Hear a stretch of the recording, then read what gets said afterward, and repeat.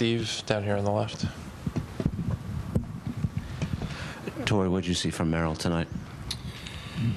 I actually thought he threw the ball okay. He gave up 3 home runs up to the point where I taken him out of the game. It was right around that 90 pitch mark, and he was doing all that he could to keep us in the game. It was just we couldn't get anything going offensively. I felt like we were putting a lot of pressure on him to keep it where it was, to give us a chance. And we never really, the game had no flow to it. But I thought Merrill did a pretty good job of standing back out there and keeping us in the ballgame. Greg. Torey, I think Merrill had something like 70, 75 pitches, something like that. When you decided to take him out, I'm sure that decision is going to be second-guessed. Can you take me through your decision-making in that moment? Yeah, I felt like, 3-0. I thought that Joe Mansupply has been throwing the ball real good. It's a great matchup. All the information that I have and everything that's showing me statistically that Joe's going to get under a barrel and we're going to get back in the dugout down 3-0. There is no crystal ball, right? I wish there was. I'll be second guessing myself too, right? It's what we do. You just don't know that side of the puzzle. I think it was closer to 90 pitches. It's all right.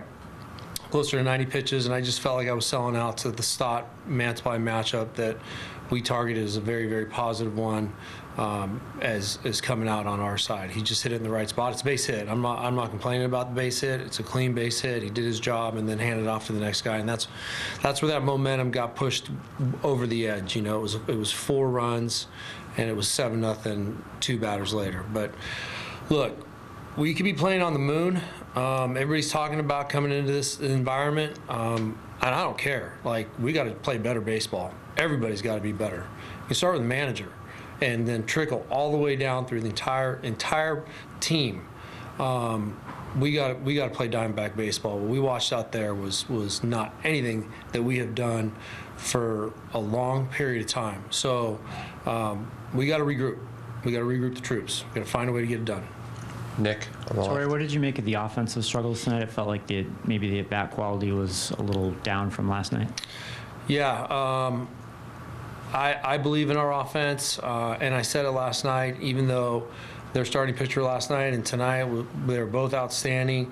To get to where we got to go, we got to find a way to beat these guys. And if we get back around, they're gonna throw one more time. So I just felt like we were missing some pitches that were drivable. We were into some early count outs, and we got pitched to today. He was sequencing his pitches and keeping us off balance all day long. We had a plan. We definitely had a plan against him, but he made pitches and we couldn't counter.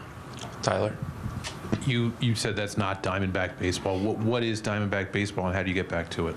Diamondback baseball is grinding out at-bats, having mature at-bats, driving up pitch counts, catching pop-ups, picking up the baseball. The pitching and defense goes hand in hand, and we find a way to score 5 runs or more and win a baseball game by just being a really smart, stubborn baseball team in all areas. When you had, before the game really got out of control there, you had a few guys on base in the first, the fourth, the sixth. Mm-hmm. In those situations, do you need like the long ball like you did in the first couple of rounds, or can you try to force the action with your speed game? I think there's a combination of a couple things that we could do, and it just depends on where we're at in the lineup. Depends on who's on the bases, but. They've been winning these games because they've been slugging. We have not been slugging the baseball. So, yeah, I like slug. I love slug, and this team can't slug. And that gets back to a little bit of what I just mentioned to Nick. We got to be stubborn and not miss the pitch we're looking for or wait for the pitch that we're looking for. So that's part of having a mature at bat, and we can slug. We got to find out how to beat you, and we can do it in a couple different ways. But obviously, slugging is one very key way to do it. Over here on the right, second row. Thanks, Torey. Kind of speaking of finding different ways to scratch across runs, once again, the first inning, Corbin gets on, doesn't go. Was there anything Nola was doing to keep him there? Yes and no. He was slide stepping every pitch. To to keep him there, and a little bit of what we talked about last night. I didn't want to run into an out. I want to be aggressive. It's definitely in our DNA, and we know how to do it. But he was slide stepping majority of the time, and we felt like when he does that, his stuff ticks down a little bit, but he was making quality pitches, and we were looking to take advantage of it from an offensive standpoint, knowing when we had somebody stand at first base, if it does tick down, that we could potentially get back into that slugging mentality, but we did not.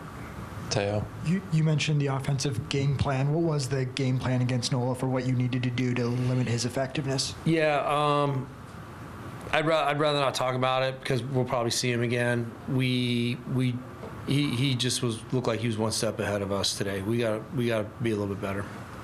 We'll take two last ones on the right side towards the middle aisle. Just following up on the slug comment, teams that have out-homered their opponent are 17-2 now in this postseason. Do you feel like you have to out-homer them to win the series, or do you think you can scratch across? I obviously, with you making that statement, I will definitely agree with you. It's like having a team full of three-pointers, right, against somebody that can only shoot twos. It happens quick and it builds up quickly, but we're built to beat you in a lot of different ways. We're built to compete every single night in a lot of different ways.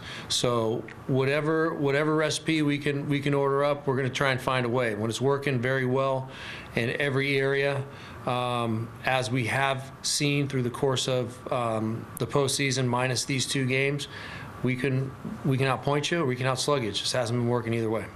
We'll finish up with Jesse on the front left. Torey, I know that infield pop-up dropped there in the seventh inning. Just what did you see there? And you feel like you guys maybe lost focus a little bit just given the circumstances in the game at the end? Yeah. I don't think we've done that all year. I don't think we've had a situation like that all year. So I think our competitive focus, and those are the things that I've been talking about this past month, was lacking. We got to catch that pop-up. That's baseball 101, and that is absolutely unacceptable, more than unacceptable to me. All right, thanks a lot, Torey. We'll see you in Phoenix. Yep. Okay. Thanks, Donald.